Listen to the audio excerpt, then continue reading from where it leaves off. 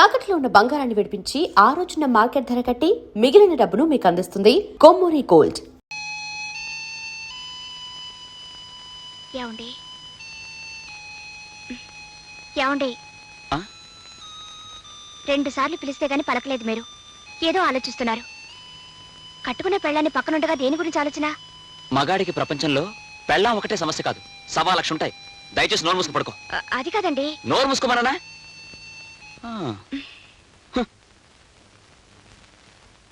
నీ భర్త నీ పక్కనే పడుకునే ఆలోచనలో ఉంటే అది వేరే ఆడదాని గురించి ఆలోచిస్తున్నాడన్నమాట.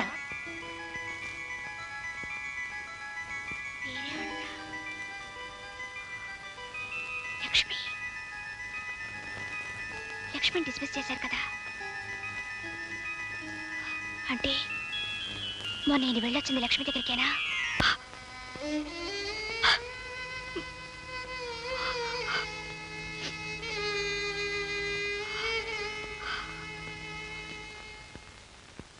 అప్పుడే వెళ్ళిపోతున్నారే? ఆఫీస్లో అర్జెంట్ పని ఉంది. సరే గానీ కాఫీ తాగి వెళ్ళండి. టైం లేదు. డ్రైవర్ కార్తీ.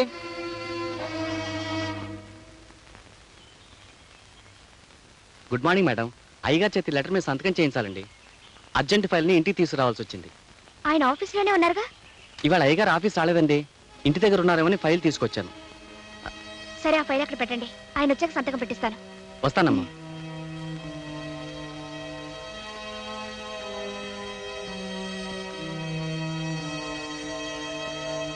ఈయన ఆఫీస్కి వెళ్లకుండా ఎక్కడికి వెళ్ళి ఉంటారు? ఏం చెప్పు, కూలి పని చేసుకునే వాళ్ళకి డాక్టర్ దగ్గర తిరగడానికి డబ్బులు ఎక్కడ వస్తాయి మామ? మందు తాగొద్దురా మగడా అంటే వెనకపోతివి. మందు తాగినందువల్ల వచ్చింది కాదే ఇది. అయ్యబాబు గారు కూడా పరిగెత్తినందువల్ల వచ్చింది. గుండెకాయలు ఎక్కడికో కిందకి జారిపోయినట్టు అనిపిస్తున్నాయి. ఊపిరితిత్తులు కొట్టుకోవడం లేదు. ఈ డాక్టర్ ఎప్పుడు వస్తాడు, ఏం చేస్తున్నాడు? వస్తాడులే, కూర్చో. చూడమ్మా, ఇవన్నీ కడుపుతో ఉన్న ఆడవాళ్ళు మామూలుగా పడే అవస్థలే. నువ్వేం కంగారు పడాల్సిన అవసరం లేదు. మందులు రాసిస్తాను, తీసుకోండి. ఈ డాక్టర్ ఏం చేస్తున్నాడు చూడవే.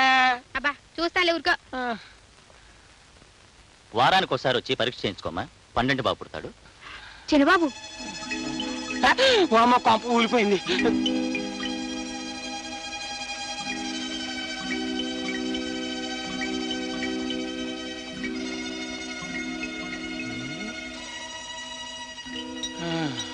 మన చిన్న బాబు ఇంకో అమ్మాయితో ఏమిటయ్యా ఇడ్డోరం?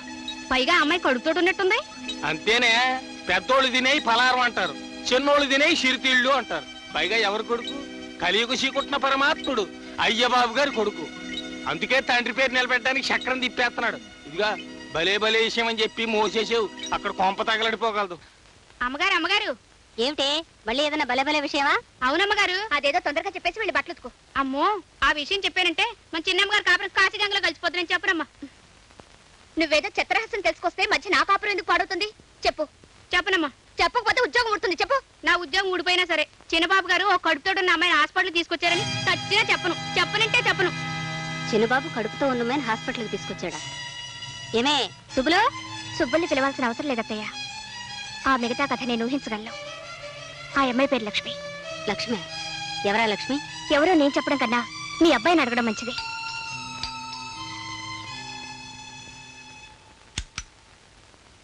హాయ్. ఎక్కడికి వెళ్ళారు? ఆఫీస్కి. ఆఫీస్ కాదు, హాస్పిటల్కి వెళ్ళారు. హాస్పిటల్కి వెళ్ళాను. కడుపు నొప్పి వస్తే హాస్పిటల్కి వెళ్ళాను. తప్ప?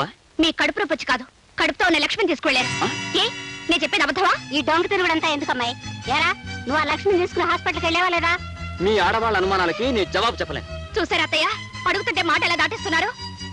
పోయా, మీరన్నా అడగండి. ఆ లక్ష్మి ఎవరు, దానికి ఈయనకి సంబంధం ఏమిటో, దాని కడుపులో ఉన్న బిడ్డకు తండ్రి ఎవరో అడగండి. అసలు నన్ను ఏం చేయదలుచుకున్నారో అదే అడగండి. ఆయనే అడుగుతారు జయ. తేలు కుట్టిన దొంగలు తప్పించుకున్నాను. ఎవరో చేసిన పాపాన్ని నేనెత్తి మీద వేసుకుని తిరుగుతున్నాను. వివరాల్లోకి వెళ్తే చాలా నిజాలు బయటపడతాయని, ఆ నిజాన్ని భరించే శక్తి తనకు లేదని ఆయనకి తెలుసు. ఏం నాన్న, కాదంటావా? డీటెయిల్స్ తెలియకుండా అనవసరంగా తిట్టడం మంచిది కదరా, యూస్లెస్ ఫెలో. ఆ డీటెయిల్స్ ఏంటో చెప్పొచ్చుగా, నేను తెలుసుకుంటాను. టైం వచ్చినప్పుడు డీటెయిల్స్ వాటంతా ఫిలప్ అవుతాయి.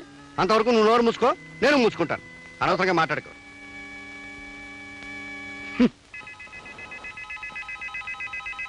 అత్తయ్య, మనమేదో అడిగితే వాళ్ళిద్దరేదో అనుకొని అటొక్కులు ఇటొక్కులు వెళ్ళిపోయారు.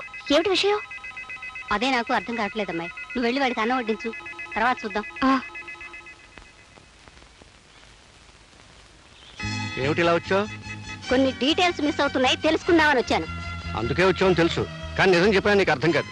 1943, 44, 45లో కాదు, 53, 54, 55. డేట్ మారిందా? నాకు గుర్తులేదు. మీకు గుర్తు లేకపోయినా మీరు చెప్పింది నాకు గుర్తుందిలేండి. అయితే ఇంక నన్ను అడక్కు. ఆగండి. ఇన్నాళ్ళు అడగకుండానే ఊరుకున్నాను, మీరు చెప్పిందే విన్నాను. కానీ ఈ రోజు చెప్పడానికి కూడా మొహం చెల్ల నిజాలు నా కొడుకుని కోడల్ని వేరు చేస్తుంటే మాత్రం భరించలేకపోతున్నారు. నా కళ్ళల్లోకి సూటిగా చూసి నిజం చెప్పండి. చూడన్నపూర్ణ, సెంటిమెంట్ను భరించలేను, నీ కన్నీళ్ళను చూడలేను, అలా అని నిజము చెప్పలేను.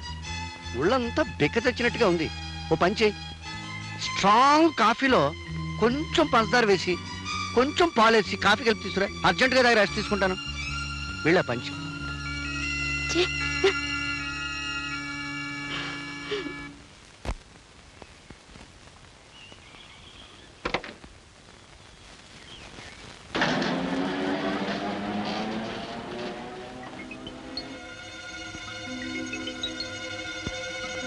పరాయి స్త్రీ విషయంలో భర్త ఎంత అడిగినా నిజం చెప్పనప్పుడు అనుమానించడం కన్నా అతనికి తెలియకుండా అనుసరించి అసలు విషయం తెలుసుకోవాలి. సుబ్బులు, ఏం చిన్నమ్మాయి గారు, నేను మార్కెట్కి వెళ్తున్నాను, అత్తతో చెప్పు. ఏ మార్కెట్ కని చెప్పనండి? కూరగాయల మార్కెట్ కా, చేపల మార్కెట్ కా, సూపర్ మార్కెట్ కా? ఏదో ఒక మార్కెట్ చెప్పించాయి.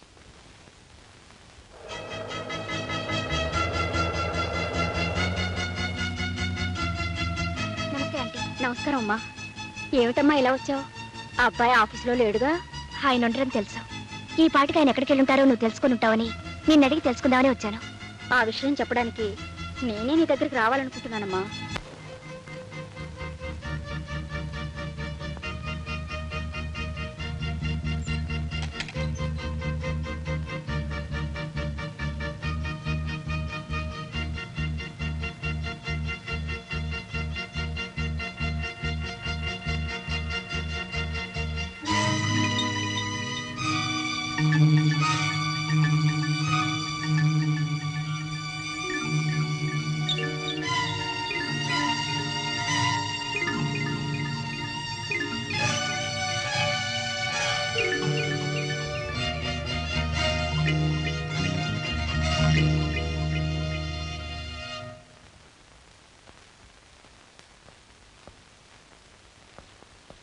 రే ఆగరా, నీకోసం మేమంతా ఇక్కడ ఎదురు చూస్తూ కూర్చుంటే ఏ పట్టడు లోపలికి వెళ్తావే? నిలబడక్కడ.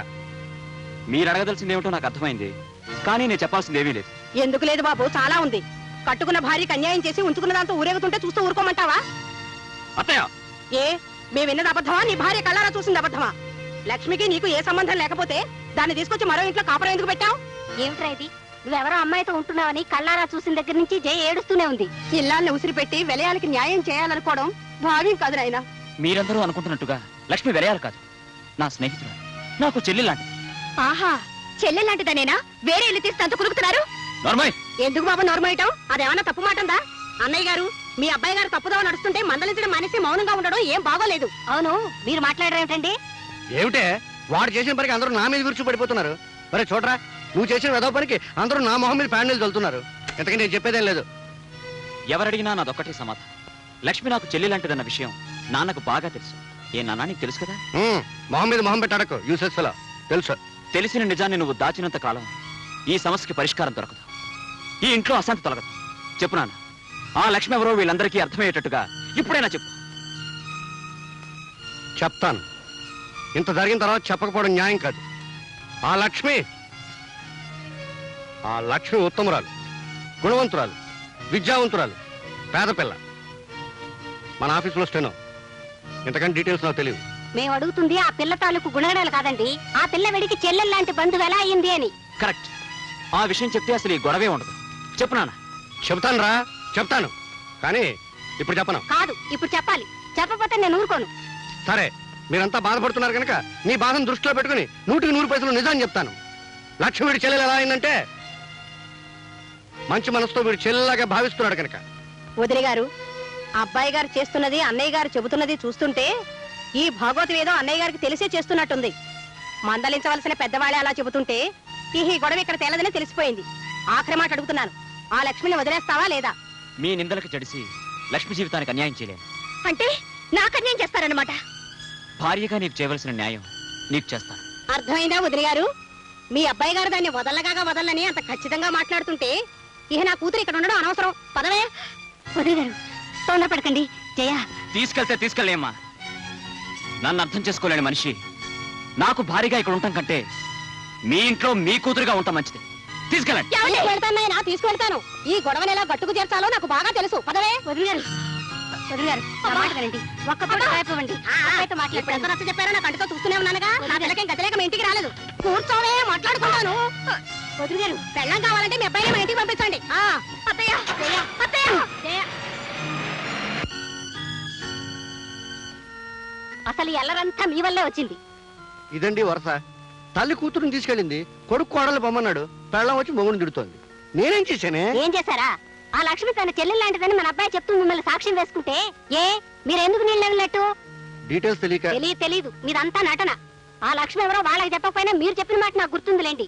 1953లో మీరు చేసిన పాపం రూపమే ఆ లక్ష్మి పేరుతో బ్రతుకుతోంది. చెప్పండి, మీకు పుణ్యం ఉంటుంది. చెప్పండి. అమ్మా, పుణ్యం అంటే జ్ఞాపకం వచ్చింది. గుళ్ళో కిలార్ శేషావతారం గారు రుక్మిణీ కళ్యాణం పురాణం చెప్తామన్నారు, వెళ్ళాలనుకున్నాను. వెళ్ళొస్తాను. సీతాపతి, నువ్వింత తెలుగు తక్కువ పని చేస్తావని తెలుసుంటే నీ బదులు నేనే వెళ్ళి ఉండేవాడిని. అంతా శాంతియుతంగా పరిష్కరించుకొచ్చి ఉండేవాడిని. శాంతియుతంగా పరిష్కరించడానికి ఇది ఇద్దరు పెళ్ళాల తగవండి. నేను దాన్ని వదలనని ఆ కుర్రాడంత ఖచ్చితంగా చెబుతుంటే నేను దీన్ని తీసుకొచ్చాడు ఒకటే మార్గం తోచింది, తీసుకొచ్చేసాను. చాలే, నువ్వు చేసిన తెలుగు తక్కువ పనికి రేపు పొద్దున అయ్యబాబు మొహం ఎట్లా చూడాలో అర్థం కావడం లేదు. తప్పంతా వాళ్ళదైతే మీరెందుకండి బాధపడతారు? మీరు రేపు వెళ్ళి అడగవలసిన 4 మాటలు గట్టిగా అడిగిసేయండి. ఆ లక్ష్మణి అతగాడు వదిలేసి లెంపలేసుకుంటే అప్పుడు మన అమ్మాయిని పంపిద్దాం. లేదంటే ఏం చేస్తావు? విడాకుల కోసం నోటీస్ ఇప్పిద్దాం. చీనోర్మి. భార్య భర్తల కాపురం ఉంటే కాలక్షేపానికి చూసే సినిమా అనుకున్నావుంటే బాగాలేదని మధ్యలో వచ్చేయడానికి. పెళ్ళంటే 100 ఏళ్ల పంటే. కరెక్ట్ గా చెప్పావు బావ. పెళ్ళంటే 100 ఏళ్ల పంటని, అది ఎప్పటికప్పుడు వండుకునే వంట కాదని హైదరాబాద్ వెళ్ళాక తెలుసుకుని ఓ అమ్మాయిని పెళ్లి చేసుకోవాలని నిశ్చయించుకుని ముహూర్తం పెట్టుకొచ్చాను. మీరిద్దరూ వచ్చి మా దంపతులను ఆశీర్వదించాలి. ఎవరా, మేమిద్దరం బతికే ఉండగానే నీ పెళ్లి నువ్వే చేసుకునే కర్మ ఏం పట్టింది? నాకు పెళ్లి చేయమంటే మీరు చేయరుగా. ఏడ్చావు. నువ్వు మా ఇంటల్లుడు అవడానికి వీల్లేదన్నాను కానీ నువ్వు మరో పిల్లని చూసి లక్షణంగా పెళ్లి చేసుకుంటానంటే దగ్గర నుండి జరిపించనన్నా. థ్యాంక్ యూ బావా, థ్యాంక్ యూ వెరీ మచ్. నువ్వు ఈ మాట అంటావన్న నమ్మకంతో నువ్వే దగ్గరుండి నాకు ఈ పెళ్లి జరిపిస్తున్నట్టుగా శుభలేఖలు కూడా వేయించి తీసుకొచ్చాను. చూడు. చూసావు వీడి తెలివితేటలు. ఎల్లుండి ముహూర్తం. ఇంత తక్కువ టైంలో బంధువులందరికీ శుభలేఖలు ఎలా పంపడం? ఎంతమంది వస్తే అంతమందే వస్తారు. మీరిద్దరూ ఆ పందిట్లో నిలబడితే 2 లక్షల మంది జనాభా ఉన్నట్టుగా నేను ఆనందిస్తాను బావా. ఈ పెళ్లికి అయ్య బాబుని కూడా పిలిస్తే ఇక్కడికి వచ్చాక అమ్మాయి విషయం మాట్లాడచ్చు. ఎవరికండి ఆ శుభలేఖ? మనకే. నీకు నాకు పెళ్లి చేయడానికి ముహూర్తం పెట్టించింది మన వియ్యపురాలు. సర్లే, వివరంగా చెప్పండి. ఆ రాయపరాజు గారు వాడి బామర్దికి పెళ్లి చేస్తున్నట్ట రేపే ముహూర్తం. అవునే, మన వియ్యపురాలు ఏ ప్లేడర్ నోటీసో పంపిస్తుందని ఎదురు చూస్తూ ఉంటే శుభలేఖ పంపించింది ఏమిటే? పంపిందిలేండి. అంత గొడవ చేసి కూతురుని తీసుకెళ్ళింది కదా, మళ్ళీ ఏ మొహం పెట్టుకుని వెళ్దామని అక్కడికి? ఓ పంచేయి, నువ్వు నీ మొహం పెట్టుకు బయలుదేరు, నేను నా మొహం పెట్టుకు వస్తాను. లేకపోతే రేపు వాడి మొహం మనం చూడలేం. డీటెయిల్స్ తర్వాత చెప్తాను, పెట్టి సర్దుకో. పద. అబ్బబ్బబ్బబ్బబ్బా, నువ్వు ఇలా చీర సింగారించుకుంటూ కూర్చుంటే మనం వెళ్ళేది వాళ్ళ పెళ్లికి కాదు, వాళ్ళ పిల్లల బారసాలకి. మీకంతా హడావుడే. అక్కడికి వెళ్తే ఏమీ ఉండదు. ఏముంటుందో వెళ్ళే కానీ తెలియదు. నువ్వు ఇలాగే డీటెయిల్స్ మిస్ అవుతావు. ఎవర్రా అమ్మాయి? మీ అందరి అనుమానాలకి కారణమైన లక్ష్మి ఈవిడేనమ్మా. అంటే మా అనుమానం నిజం చేద్దామని సరాసరి ఇంటికే తీసుకొచ్చావా? కాదమ్మా, లక్ష్మికి తండ్రి ఎవరన్నది ఓ చిదంబరహస్యంగా ఉండిపోబట్టే మీ అందరికీ నా మీద అనుమానం కలిగింది. చెప్పు నాన్న, లక్ష్మికి తండ్రి ఎవరు? ఆ డీటెయిల్స్ అన్ని ఇప్పుడు చెప్పలేనురా. మీ అత్తారింటికి పెళ్లికి వెళ్తున్నాను, తిరిగి వచ్చే వివరాలన్నీ చెప్తాను. ఎవరిది పెళ్లి? మీ మామగారి బావమరిది రాజశేఖర్ అంది. రాజశేఖరం అంటే ఏ ఊళ్ళో పనిచేసేవాడు? ఆ వివరాలు నాకేం తెలీదు. ఎక్కడో మెడికల్ రిప్రజెంటేటివ్ గా పనిచేస్తున్నట్ట ఆ శుభలేఖలో రాశారు. కాబోయే దంపతుల ఫోటోలు కూడా అందులో వేశారు, కావాలంటే చూసుకో. ఓహో, ఇతగాడు మళ్ళీ పెళ్లి చేసుకుంటున్నాడా? మళ్ళీ పెళ్ళేమిట్రా? లక్ష్మిని ప్రేమించానని, ఈవిడ గర్భవతయిందని తెలిసిన మరుక్షణం నీకు నాకు ఏ సంబంధము లేదని దబాయించాడు. లక్ష్మి తరపున నేను వెళ్ళి అడిగితే తండ్రి ఎవరో తెలియని అమ్మాయి నేను పెళ్లి చేసుకోను అంటూ నా మాట తిరస్కరించాడు. నాన్న, లక్ష్మికి తండ్రి ఎవరో తెలియవలసిన అవసరం ఇప్పుడైనా ఉందంటావా? తండ్రి ఎవరో తెలియని కారణంగా ఈ అభాగ్యురాలు ఎంత నష్టపోతుందో ఆలోచించావా? ఆలోచించాను. 25 ఏళ్లుగా నా గుండెల్లో దాచుకున్న రహస్యాలు ఇవాళ బయట పెట్టక తప్పదని ఆలోచించాను. నేను చెప్పే నిజాలు ఒక ఆడపిల్ల జీవితాన్ని కాపాడతాయని ఆలోచించాను, కాపాడాలని ఆలోచించాను. అమ్మా లక్ష్మి, వీడెన్నిసార్లు అడిగినా నా పెద్దరికం వ్యక్తిత్వం దెబ్బతింటుందని నీ తండ్రిని గురించిన నిజాల్ని దాచాను. మీ అమ్మకి చేసిన అన్యాయానికి లోపల ఎంత కూలిపోతున్నానో వీళ్ళకెవరికి తెలియదమ్మా. ఏమిటండి మీరనేది? అవునన్నప్పుడు ఇవాళ మొదటిసారిగా నీ భర్తలో ఇంకో వ్యక్తిని చూస్తావు. ఎవరో ఊహించని నిజాల్ని వింటావు. అది ఇక్కడ కాదు, అక్కడ పెళ్లి పందికి. ధ్రువంతే బృహస్పతి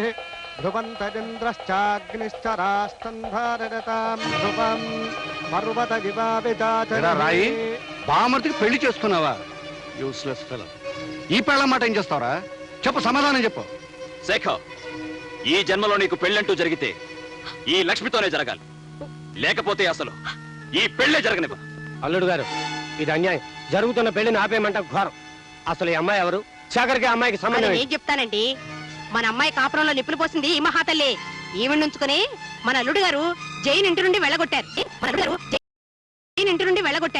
ఇంతకాలం మీరిద్దరూ చెడతిరిగి మోజు తీరిన తర్వాత నాకు కట్టబెట్టాలని చూస్తున్నారా? శేఖర్, లక్ష్మి గురించి ఇంకొక మాట తప్పుగా నీ నోటి వెంట వచ్చిందో నీ నాలుక చీరేస్తాను. ఆగరా కొడక. ఏరా పెళ్లి కొడక, డీటెయిల్స్ తెలియకుండా తొందరపడ్డావనుకో ఇబ్బందుల్లో పడతాం, ఆ తర్వాత జైల్లో పడతాం. లక్ష్మికి ముందు వెనకలు ఎవరూ లేరు కదా అని ఏం చేసినా పర్వాలేదు అనుకుని సరదాగా ప్రేమించి సరదాగా ద్రోహం చేసి సరదాగా పెళ్లిపేట లెక్క సరదాగా పెళ్లి చేసుకోవడానికి నీ సైడ్ ఓకే. కానీ లక్ష్మి నువ్వు అనుకున్నట్టు అనాథ కాదు. ఆమె కొండంత తండ్రి ఉన్నాడు. ఈ పెళ్లి పందిట్లోనే ఉన్నాడు, నీ ముందే ఉన్నాడు. ఎవరో కనిపారేసిన ఈ పాపిష్టి దాన్ని మావాడికి కట్టబెట్టాలని చూస్తున్నారేమో. బియ్యంకుల వారిని ఊరుకున్నాను, మెడపెట్టి గెంటేయాల్సి వస్తుంది. నాన్న, ఇంత అవమానం జరిగిన తర్వాత ఇంకా ఆగుతారే? లక్ష్మి తండ్రి ఎవరో వీళ్ళందరికీ తెలిసేట్టు చెప్పండి. చెప్పే టైం వచ్చిందిరా. ఒరే రాయ్, ఇలా రా. జానకమ్మకు చేసిన ద్రోహం నువ్వు చెప్తావా, నన్ను చెప్పమన్నావా? అయ్య బాబు, ఏమిట్రా నువ్వు అనేది? ఇంతకాలం నీకు ఒక్కరే కూతురు అనుకుంటున్నావు కదూ? కాదు, నీకు 2 కూతురు. ఈ లక్ష్మి రాయపురాజు కూతురు. ఏమిటి, నా భర్తకు మరో కూతురా? నేను నమ్మను. నువ్వు నమ్మనంత మాత్రాన్ని నిజాలు మారవమ్మా. ఇది నిజం, ముమ్మాటికి నిజం. మీ గురించి ఈ ప్రపంచానికే తెలుసు. మీ పాపాన్ని నా భర్త గంట కట్టాలని చూస్తున్నారా? మీ అందరికీ తెలిసిన నా పాపాల పరంపరలో మరో పాపం చేరిన తప్పు లేదనుకుని ఇన్నేళ్లు ఈ అపకీర్తిని భరిస్తూ వచ్చానమ్మా. నా కన్న కొడుకు, భార్య, చుట్టుపక్కల ప్రపంచం నన్ను చిన్న చూపు చూస్తున్నా అలవాటైన చిరునవ్వుని, అలవాటు చేసుకున్న అబద్ధాన్ని ఈ అమ్మాయి ఒక్క విషయంలోనే నటిస్తూ వచ్చాను.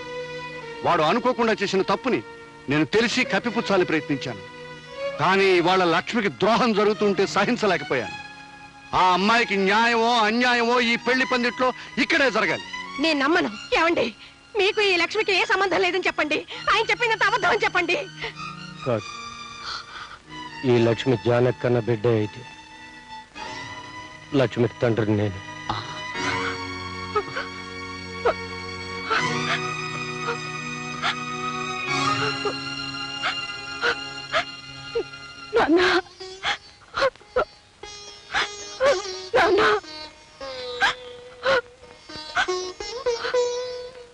అమ్మా లక్ష్మి, నేనే నీ తండ్రినమ్మా. నీ జన్మకు బాధ్యుండే, నీ జీవితానికి బాధ్యత వహించే ధైర్యం లేక పారిపోయిన పిరికివాణ్ణమ్మా. నన్ను క్షమించు. అది క్షమించినా నేను మాత్రం మిమ్మల్ని క్షమించను. అందుకేనే నిన్ను క్షమించమని అడగలేదు. ఈ మోసం మొత్తానికి కారణం నువ్వు. ప్రతి క్షణం సూత్రాలని, అనుమానాలని నన్ను వేధించుకు తినే నీ నుంచి దూరంగా పారిపోవడం కోసమే జానకి దగ్గరయ్యా. జానకి గర్భవతి అని తెలిసి కూడా నీకు భయపడే వీడి సహాయం కోరాను. వీడికి నేను చేసిన సహాయం ఒక ఆడదాన్ని మోసం చేయడం. అన్నపూర్ణ, 1952, 53, 54లో ఒక ఆడదాన్ని మోసం చేశానని చెప్పానే, అది ఇదే. ఒక ప్రాణమిత్రుడికి సహాయం చేయడం కోసం ఆ జానకమ్మ జీవితంలో తీరని కల్లోలను రేపాను. ఆ రోజు ఇప్పటికీ మర్చిపోలేను. నేను నమ్మను. నన్ను ఆయన దూరం చేసుకోవాలనుకున్నారా? దూరం చేసుకునే తెలివితేటలే ఉంటే ఇంత దూరం వచ్చేవాడే కాదు. అంటే ఓ ఆడపిల్ల జీవితాన్ని పాడు చేయాలని ఈ ఆలోచన మీదన్నమాట. ఓ మిత్రుడికి సహాయం చేసే ఆరాటం అంటే సరిపోతుంది. ఏమిటండి నేను నీకు చేసిన ద్రోహం? పెళ్లి చేసుకోవాలనుకోవడమా? పెళ్ళైన మగాడిని పెళ్లి చేసుకోబోవడం, బిడ్డల తండ్రికి బిడ్డని కనబోవడం. ఏమిటి ఆయనకి ఇదివరకే? ఆ ప్రశ్నని ఇంత ఆలస్యంగా అతన్ని కాక మరొకరిని అడగవలసి రావడం, అది నువ్వు చేసిన నేరం. నన్నింత మోసం చేస్తారనుకోలేదు. వాడింత మోసపోతాడని నేను కూడా అనుకోలేదు. నువ్వు అతను మేలుకోరిన మనిషివైతే, వాడి పరువు నిలపాలన్న మనసున్నదానివైతే తక్షణం ఇక్కడి నుంచి వెళ్ళిపోవాలి. నేనిప్పుడు తల్లిని కాబోతున్నాను. నిన్ను వెళ్ళిపోమనడానికి అది మరో కారణం. బిడ్డకి తండ్రి కావాలి. ఆ తండ్రికి ఇప్పుడు పరువు కావాలి. అంటే నా చేతులతో నా జీవితాన్ని నన్నే నాశనం చేసుకోమంటారా? ధర కడితే చెల్లిస్తానంటున్నాను. ధర కట్టే గొప్పతనం మీకుండొచ్చు, కానీ అమ్ముడు పోయే దౌర్భాగ్యం నీచత్వం నాకు లేదు. అక్కర్లేదనే చోట బ్రతకడం కంటే ఎక్కడైనా గౌరవంగా అడుక్కు తింటూ బ్రతకగలను. వెళ్ళి ఈ మాట ఆయనతో చెప్పండి. ఆగండి. మీ స్నేహితుడిని కాపాడానని గర్వపడకండి. ఒక ఆడదాని జీవితం నాశనం కావడానికి కారణమయ్యానని సిగ్గుపడండి. ఏనాడైనా నా బిడ్డ ఈ సమాజంలో గౌరవంగా తలెత్తు తిరగలేకపోతే, కన్నీరు కారేస్తే ఆ పాపంలో పాలు మీకు ఉంటుందనే సంగతి మర్చిపోకండి. వెళ్ళండి. ఆ రాత్రే జానకమ్మ ఊరు వదిలి వెళ్ళిపోయింది. ఆమె తన జీవితానికి తీరని మచ్చవుతుందని భయపడ్డ వీడు పీడ వదిలిపోయిందని ఆనందించాడు. సంఘంలో కడిగిన ముత్యంలా ప్రకాశించాడు. కానీ ఆ జానకమ్మ ధైర్యంగా సంఘాన్ని ఎదిరించి నిలబడింది. తన కూతుర్ని కంటికి రెప్పలాగా పెంచుకుని పెద్ద చేసింది. ఏనాటి రుణం! నా కొడుకు లక్ష్మిని చెల్లెల్లాగా చూసుకుంటున్నాడని తెలిసి మనసులోనే ఎంతో ఆనందించాడు. మామ మోసం చేశాడు, తండ్రిని ఎత్తిని వేసుకున్నాడు. కానీ కొడుకు సరిదిద్దాలని ప్రయత్నం చేశాడు. ఇవాళ ఆ ప్రయత్నం ఫలించబోతుంది. శేఖర్, నువ్వు నాకు అల్లుడు కావాలని కోరుకున్నావు, కానీ మీకు తెలియకుండానే ఆ భగవంతుడు మీ ఇద్దరిని కలిపాడు. ఇప్పటికైనా మించిపోయింది లేదు. లక్ష్మిని స్వీకరించు. బావా, నేను కోరుకున్నది నీ చేతుల మీదుగా నా పెళ్లి జరగాలి. నీ మాట ఎప్పుడు కాదన్నాను చెప్పు.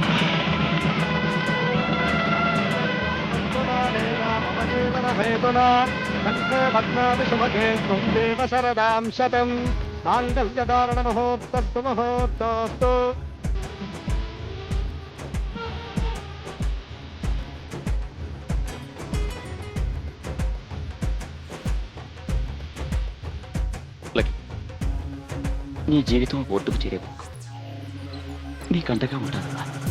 అయిపోయింది. నా బాధ్యత తీరిపోయింది. ఆనందంగా నూరేళ్ళు వద్దే. వస్తాను. పదండి నన్ను వెళ్ళిపోదాం. ఒక్క నిమిషం. అమ్మా జయ, నీ భర్తని కాదని నీ ఇంటికి వచ్చేసావు, చాలా సంతోషం. కానీ ఆ ఇంట్లో నీ వస్తువు ఒకటి మర్చిపోయావమ్మా. తీసుకో అమ్మా, మరెవరికైనా ఉపయోగపడవచ్చు. వస్తానమ్మా. అక్క, ఇది మా అమ్మ నాకు ఇచ్చిన స్త్రీధనం. 12 కాపురానికి 12 సూత్రాలు. పెళ్ళం మొగుడిని గుప్పెట్లో పెట్టుకోవాలంటే ఏం చేయాలో ఇందులో రాసుంటుంది. సూత్రాలను పాటించే మా అమ్మ మా నాన్న ఇల్లు దాటిపోయేట్టు చేసింది. నన్ను మా ఆయనకు దూరం చేసింది. కానీ నువ్వు మాత్రం ఆ తప్పు చేయదక్క. ఏమండి నా అనుమానాల్ని, తెలుగు తక్కువతనాన్ని అన్నీ వదిలేశాను. ఇది కూడా మీ అమ్మ ఫిట్టింగేనా అని మీరు అడగాల్సిన అవసరం లేదు. మీరు నా తప్పును మన్నించగలిగితే.